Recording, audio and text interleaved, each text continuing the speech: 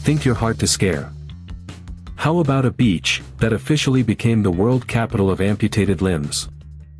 Or a place where a death toll counter is literally carved into a wooden sign right at the entrance? Today, we aren't talking about boring tourist resorts. We are diving into the most extreme locations on Earth. One of them looks safer than a hotel swimming pool, yet it has killed more tourists than sharks, crocodiles, and jellyfish combined. And our final destination isn't even an ocean. It leaves behind victims that look as if they've turned to stone. No long intros, let's go straight to the places where nature, and human stupidity, has declared war on us.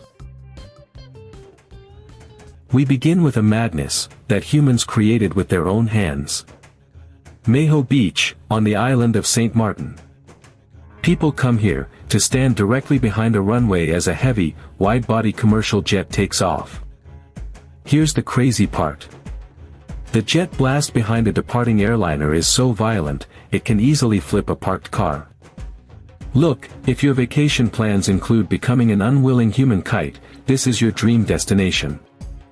The heavy-duty exhaust launches grown adults backward, into concrete barriers, and turns beach pebbles into literal shrapnel. But planes aren't the only things that can ruin a vacation.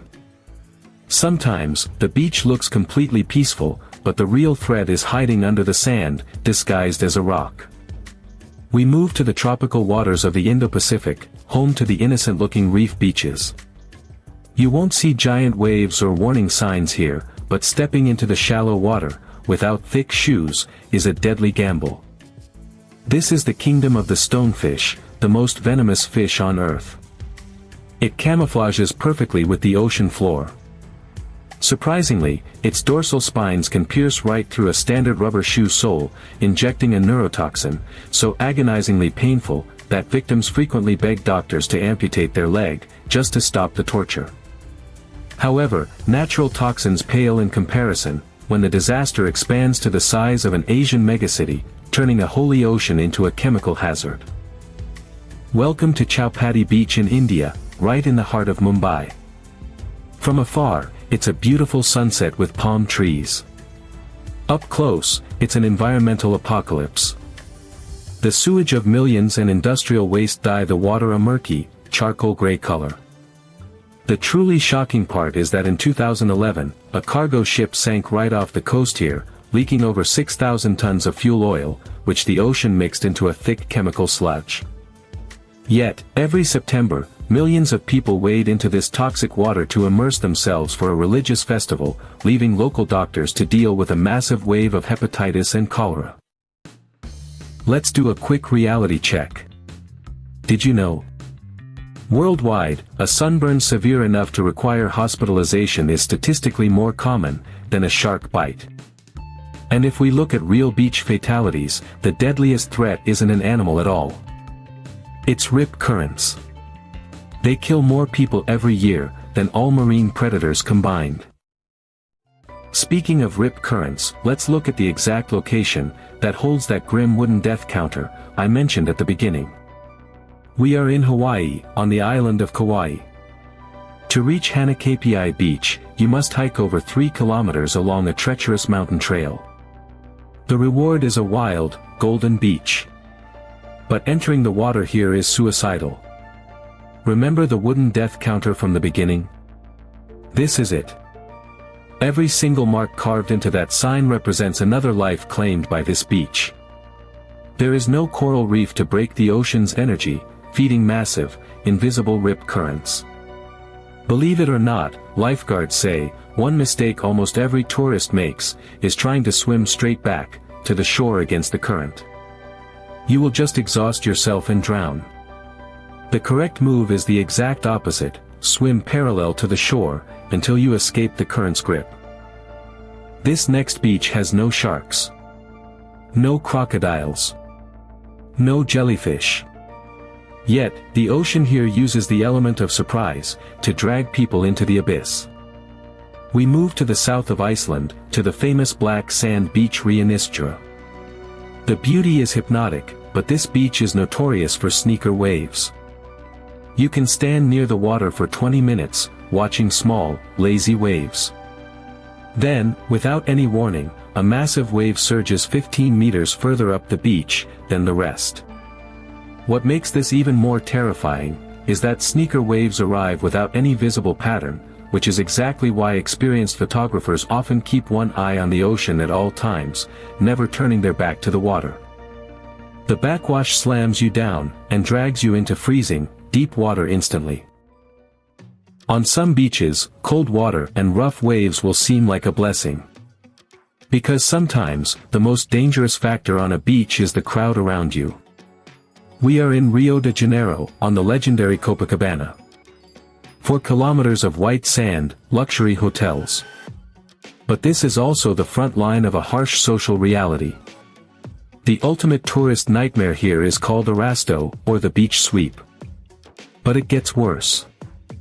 This isn't a simple pickpocketing crew.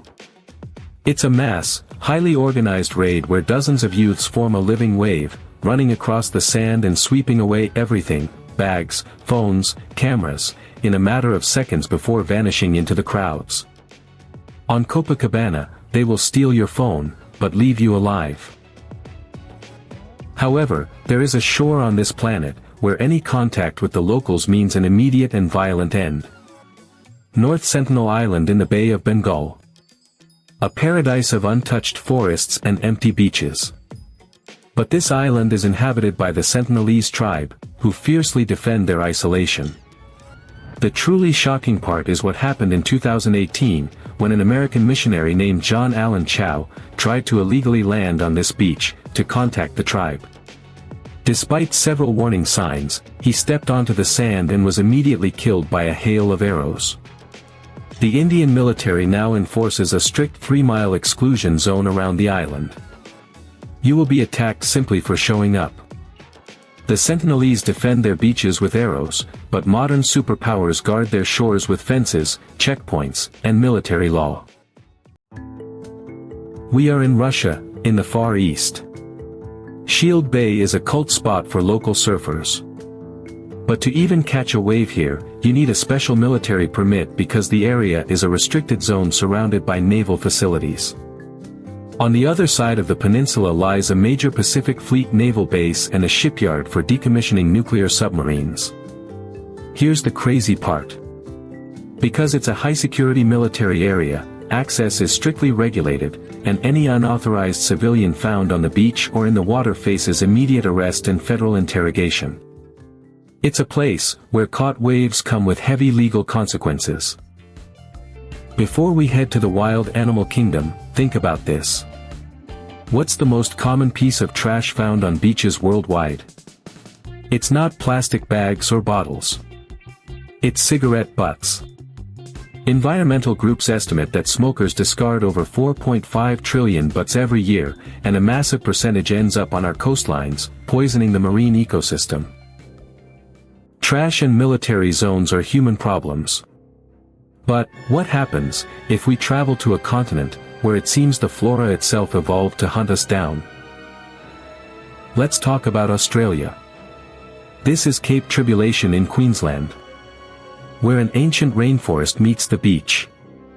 While people worry about crocodiles, the real nightmare here grows right out of the soil. This is home to the Gympie-Gympie tree. Believe it or not, its leaves are covered in microscopic, hollow needles that inject a powerful neurotoxin on contact. The pain is so severe, it has driven animals mad, and can torment a human victim for months, flaring up every time the skin gets cold or wet. But, what if the most dangerous beach wasn't dangerous, because of massive reptiles or killer plants at all? What if the threat was completely transparent? We move to Kauai, the world's largest sand island. Alongside tiger and bull sharks, the waters are ruled by the transparent Irukandji jellyfish. It is smaller than a fingernail. The most disturbing symptom isn't physical at all. Its sting causes a unique psychological symptom, an overwhelming, absolute feeling of impending doom. Patients frequently beg doctors to end their lives, entirely convinced they are about to die, even when they are medically stable.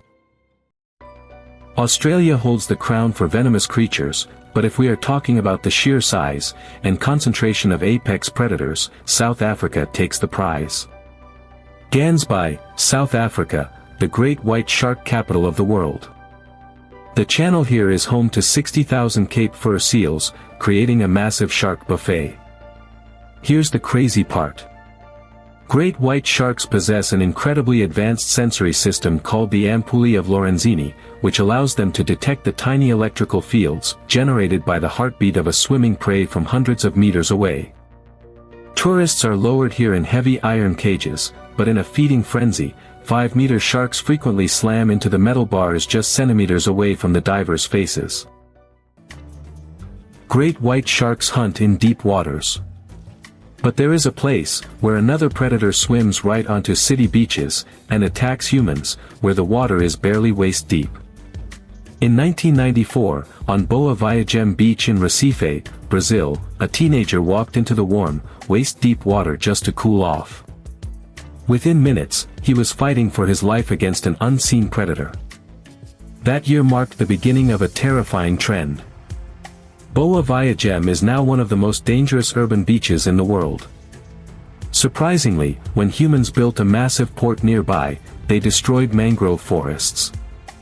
Bull sharks, one of the most aggressive shark species in the world, began following cargo ships right to the line of luxury skyscrapers. They love murky shallows, and most attacks here happen when people are just standing waist deep, chatting with friends. All these places are dangerous, but at least, they harbor normal marine life. We are ending our journey with one place that isn't technically an ocean beach, but rather a lake shoreline, so hostile, it looks like something out of a horror movie. The absolute gold of our anti-ranking goes to Lake Natron in Tanzania. From above, it looks like a sinister, blood-red mirror. This is a giant natural basin, filled with extremely alkaline water, with a pH level reaching 10.5, almost identical to pure household bleach. The water temperature can hit 60 degrees Celsius under the sun, causing severe chemical burns on contact. But the most macabre secret of Natron lies on its shores.